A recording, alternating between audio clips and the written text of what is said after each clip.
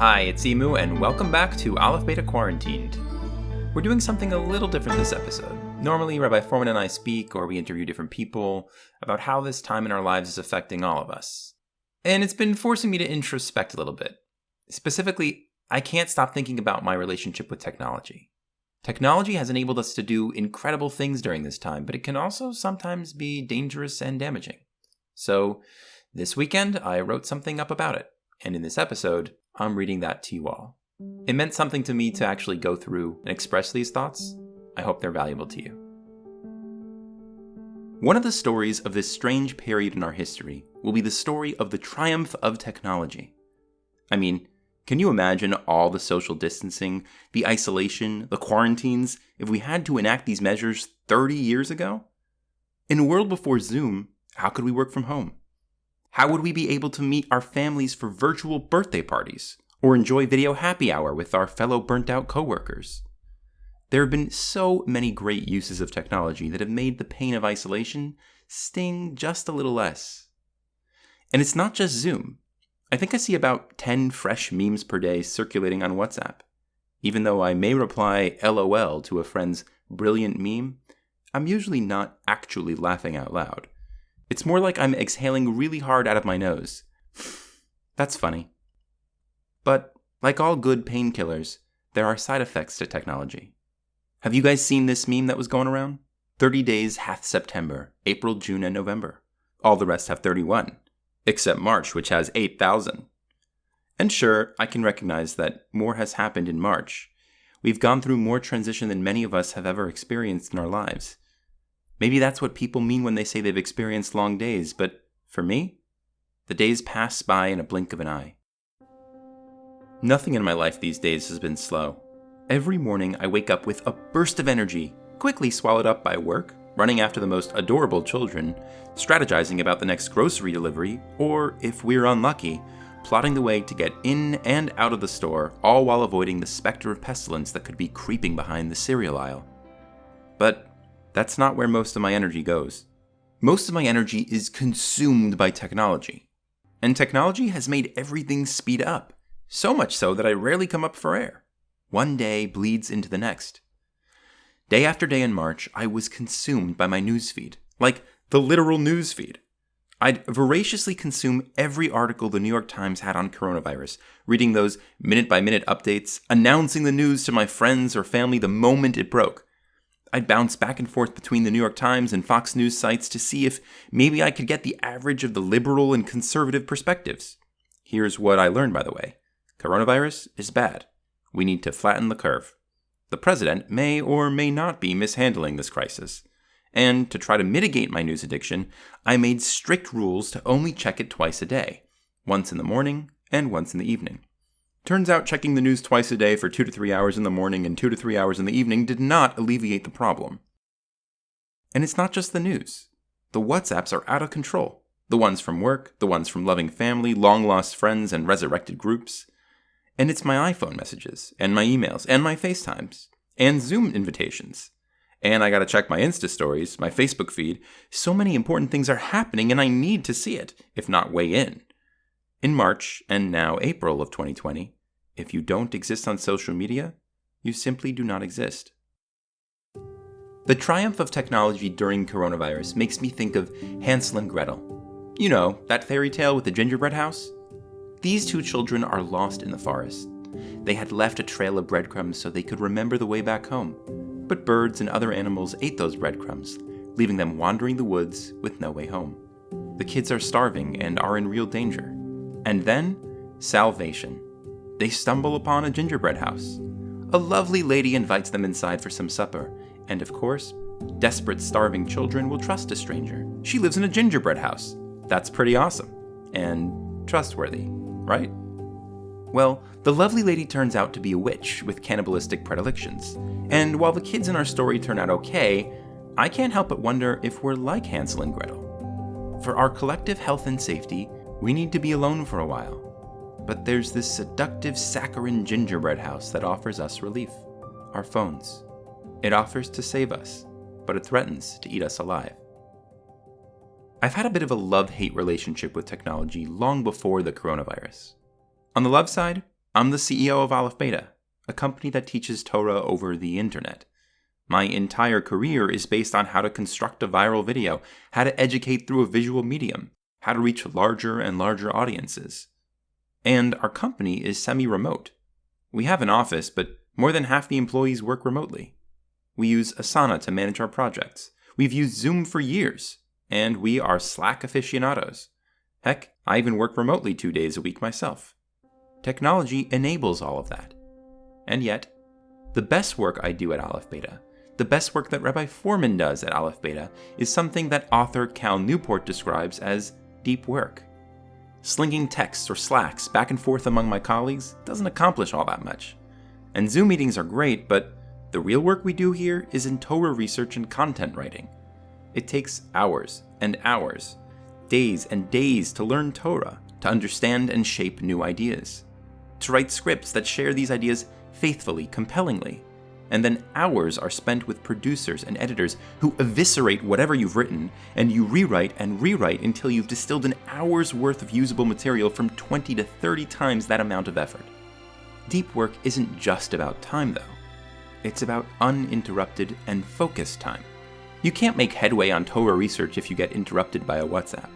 You can't scroll through New York Times articles as you're writing a script. Otherwise, you don't get much done. But it's not just productivity that gets sacrificed here. Cal Newport, in another of his books, Digital Minimalism, argues that social media is engineered to be addicting. We humans have a real craving for connection, to speak to others, to be seen and heard by others, and in turn, to give to others by seeing and hearing them. Social media allows us to connect with others on a scale never before achieved. We can have hundreds or even thousands of Facebook friends and share and receive updates on their lives. Can you imagine that? A few hundred years ago, connected with your 2,500 friends being peppered by their status updates?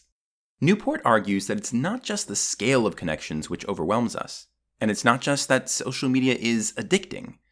It's that the quality of the connection is hollow and stale. Our bodies, our spirit, require a nutrient-rich version of social interaction. We're always more satisfied hanging out with someone in person, or at least interacting with them synchronously on a phone call or, yes, even a Zoom call. But swapping WhatsApps throughout the day, trading emails, or seeing disembodied tweets or posts, that stuff gives you a tiny shot of dopamine, enough to make you feel like you're scratching that connection itch, but not enough to truly satisfy you. And so my days have been spent, almost like an operator, or the captain of a starship, each notification on my phone like a crisis alert. Does someone at work need me? No? That's just a meme? Exhale through the nose, forward it to 20 contacts and give them the impression that each one is special to you. Now, on to the next notification alert. Hoping that each one will make you feel whole, feel connected. But inevitably, the loneliness just grows. Why is it this way? Why isn't this incredible technology making us feel more connected than ever before to hundreds of people? Let me give you an analogy. I love candy. Lollipops, fruit roll-ups, they're delicious. But let's be real. Candy never really leaves you full, leaves you satisfied. If anything, you're kind of left feeling a little sick from having too much of it. Why? Because it's sickeningly sweet. You extract sugar from fruit. And in doing so, you separate the sweet part of the fruit from its nutrients. You've extracted the part that delights you and discarded the part that nourishes you. In that way, we overprocess fruit. It becomes bad for you, like physically, but maybe also spiritually. When you don't have a relationship with what you consume, you don't quite appreciate it as much. It's more hollow. It's not as good for you. This idea is everywhere. Fast fashion, IKEA, even the meat that we eat. Our clothes wear out faster, our furniture falls apart. The meat doesn't taste as good. There's unethical labor involved. And it's not just food and clothes. This shows up in government and economics as well. The 2008 recession. Now, there are a lot of things that caused that recession. I'm not an economist and I don't claim that I fully understand it. But it was a crisis of subprime mortgage loans. Possibly a crisis about overprocessing a promise. If I promise you I'll pay you a loan, that promise, that debt is worth something. It's worth a little less if I think you may not pay me back. And if I, a bank, think that your debt is at risk, I can sell it to someone else. Well, who wants to buy a risky loan? No one. But what if I only sell you 1% of that loan bundled together as part of a package of hundreds of thousands of other risky loans? Well, that would make you feel better, right? The risks are spread out. Banks could lend more and more money to people they knew wouldn't pay, because by processing and overprocessing the promises of risky borrowers, they could still sell the loans off to other people who were too far from the source of the value they were borrowing, the good word of the borrower. The further we get from an original borrower's promise, the less and less weight it has, and faith is lost in that original promise, and faith in the system collapses. With the recession, with candy, with clothing, it all comes down to the same thing. When you don't have a relationship with what you consume, you don't quite appreciate it as much. It's more hollow. It's not as good for you. And with technology, it's the same thing. A WhatsApp is an overprocessed phone call. A Facebook post is an overprocessed coffee with your closest friend. And when we can't meet for coffee, we might skip the endless scroll and choose a Zoom date instead. You can feel how those in-person or even virtual synchronous interactions are richer, more deeply satisfying. Technology is not evil. Human creativity is not evil. But I think that Torah recognizes the danger in overprocessing. In fact, I think that much of the lost spirituality of our Torah is about the reining in of that which can become overprocessed. Look at Shabbat. On Shabbat, God tells us to stop creating. Enjoy the world as it is. And Shabbat is not just the seventh day. There are different types of Shabbatot all over the Torah. There are Shabbatot in years, Shemitah, and ultimately Yovel, which rein in man-made concepts like slavery or ownership of land. In a Yovel year, people who were bought and sold as slaves go free, and land that you have rightfully purchased goes back to its ancestral holder. Why? Because slavery and ownership of land isn't real. People can't be owned. Overprocessing ownership objectifies people. Land can't be owned. Not really. It's a living thing. It provides for you. It buries you. Lo yimacher haaretz litzmitut. Land can't be sold in perpetuity, God says. Ki li haaretz. For land does not belong to mankind. It belongs to me. Why are we allowed to own people or own land in the other 49 years? Apparently, we are allowed to create, to quote-unquote own, to process, as long as we keep in mind the spiritual dangers of overprocessing. We take Shabbatot everywhere to kick us out of the dimensions of outcomes, profits, dominion, control, and get in touch with the things that matter. 6 days of obsessive work, climbing the corporate ladder, stops abruptly on 1 day out of 7. The fictions of ownership, of hyper-creativity, of overprocessing dissolve.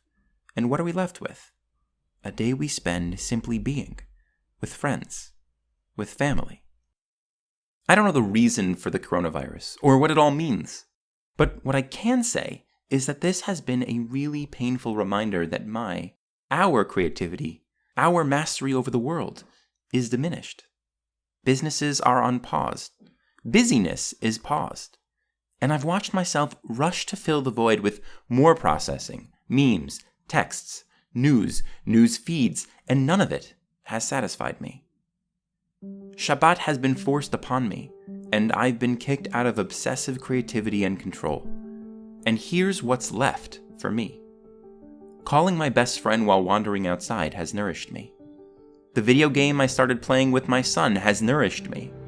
Walking after a spring rain, noticing how the plants bloom in cycles. First the pink magnolias, then the tulips. Next, the green leaves on the oak trees. All that has nourished me. I like my phone, but I know that the part of me that checks it obsessively, deep down, is just craving human connection. And now, I strive to do that less through trading memes and WhatsApps, and more through phone calls and Zoom coffee dates. Nothing I'm saying is new. Nothing I'm saying will blow you all away. What's the punchline, Emu? Enjoy nature? Spending time with friends and family is meaningful? Yeah, that's the punchline. As obvious as it is, weirdly, I forget, again and again and again, that the most rich and meaningful things are the most utterly simple. The triumph of technology should not become technology's triumph over us. But perhaps the story of this pandemic can be that moment where we became conscious of our loneliness and of our desire to connect to one another. We can harness technology to connect us to the ones we love in ways that are deep, rich, and nourishing. Thanks everyone for listening. If you find this podcast meaningful to you, the best way to support the work that we do is to go to alephbeta.org and become a member. There are so many other nonprofits that are struggling right now as sources of funding dry up in this difficult time. We are extremely lucky to be able to continue to do the great work that we do because of small donations and small memberships from our listeners. If you're not yet a member, please consider showing us your support. We really appreciate it.